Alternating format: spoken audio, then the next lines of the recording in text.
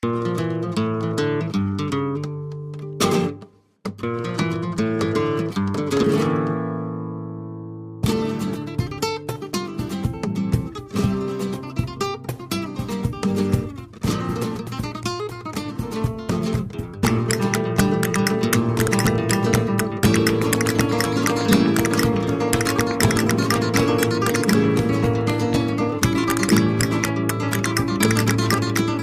la cosa en cómo se me ocurre formar el primer grupo de hombres por la igualdad de España, que fue en paralelo a otro que se montó en Valencia sin que tuviéramos conocimiento un grupo de otro. En mi caso fue por pura necesidad de supervivencia. Había un momento en el que yo me daba cuenta que había temas de los que no podía hablar con mis amigos porque no salían, y si los sacaba se escaqueaban con cualquier tontería. Y entonces convoqué a los 17 tíos más majos de Sevilla del año 85, entre los que había algún catedrático y alguna cosa, y les propuse que nos reuniéramos para hablar de todo menos de 3 cosas: de fútbol, de política y de tías. Bueno, pues a la quinta o sexta reunión quedábamos 6, porque los demás no sabían de qué hablar. Si no era de eso, no sabíamos de qué hablar. Y bueno, ya cuando les dije que no habláramos de lo que pensábamos, sino de nuestra relación con el tema que tocáramos, pongamos un ejemplo, la edad, por no hablar de temas de género. A mí me da igual lo que tú pienses de la edad, tú dime cómo estás viviendo tu proceso personal de envejecimiento, o tu paso de la juventud a... Tus teorías te las guardas, que los tíos tenemos un palique que te cagas. Háblame. O si hablamos del dinero, háblame de tu relación con el dinero, hasta qué punto es importante, de verdad, para ti, ganar mucho, ser el que más gana. Bueno, pues eso era tremendamente difícil, porque en cuanto abordabas el tema, la gente empezaba a nombrar autores y a soltar teorías y hacerlos aterrizar, o empezaban a decir, porque ellas también, ellas más, ellas menos. Oye, que no hablemos de ellas, vamos a hablar de nosotros, a ver si somos capaces de hablar de nosotros sin necesidad de referirnos a... Entonces, empezó así. Y a medida que se va profundizando, y vamos hablando de nosotros, pues hombre, te das cuenta de que ese nosotros es en un mundo de relaciones con un ellas.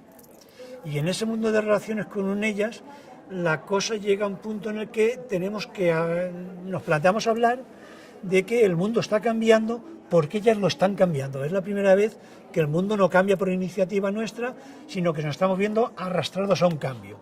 Y ante ese cambio que nos estamos dejando arrastrar para poder seguir ligando, etcétera, etcétera, ¿qué posición queremos tener? ¿Queremos estar en contra y a la defensiva? ¿Queremos cambiar solo en la medida que las circunstancias nos obliguen?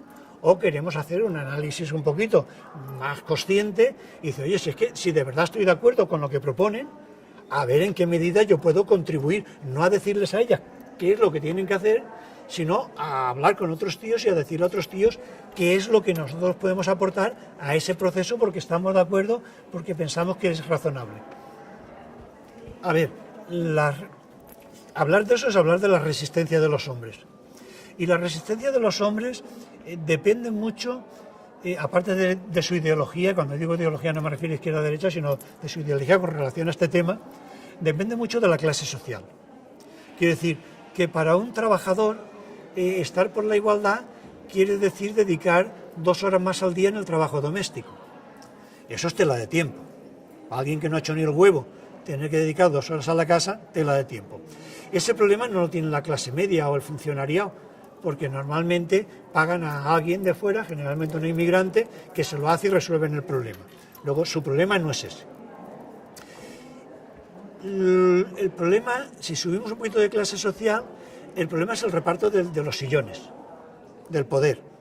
Y eso en todos los ámbitos, en los puestos de trabajo, en el mercado laboral, no digamos en la universidad, donde hay un 60% de licenciadas y luego llegan, conforme va subiendo de escalafón en lo que sería la estructura universitaria, fíjate hasta qué punto van desapareciendo las mujeres, que en un tema tan de mujer como la ginecología no hay ni una catedrática.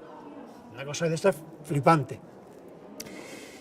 Si subimos un escalón más, Entonces estamos hablando ya de los consejos de administración de las empresas y estamos hablando de las religiones. Y ahí, tío, ahí no parte el bacalao, los tíos no parten el bacalao con nadie, porque ya estamos hablando del poder con mayúsculas. Entonces, las resistencias, ¿quiénes son los que menos interés tienen en cambiar? Eso que los yanquis han dado en llamar los triunfadores. Y es normal.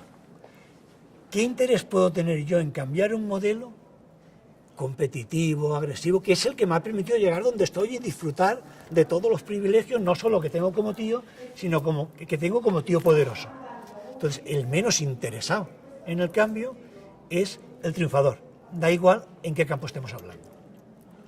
Yo hace 15 años, en una entrevista en el Diario de Jerez, hablaba de la necesidad de feminizar el referente universal. ¿Sí? ¿Por qué? Porque la igualdad se está dando con el modelo masculino como referente universal. Es decir, los tíos no somos más femeninos, pero las tías son cada vez más masculinas. Y últimamente estoy hablando de la necesidad de desmasculinizar. ¿Por qué? Porque el modelo masculino, vamos a ver, de alguna forma el capitalismo lo sostiene el modelo masculino. Es la insensibilidad, la falta de empatía, no la competencia, sino la competitividad, la zancadilla, la desconsideración, la falta de humanidad, la destrucción del medio ambiente. Es decir, y eso es absolutamente masculino.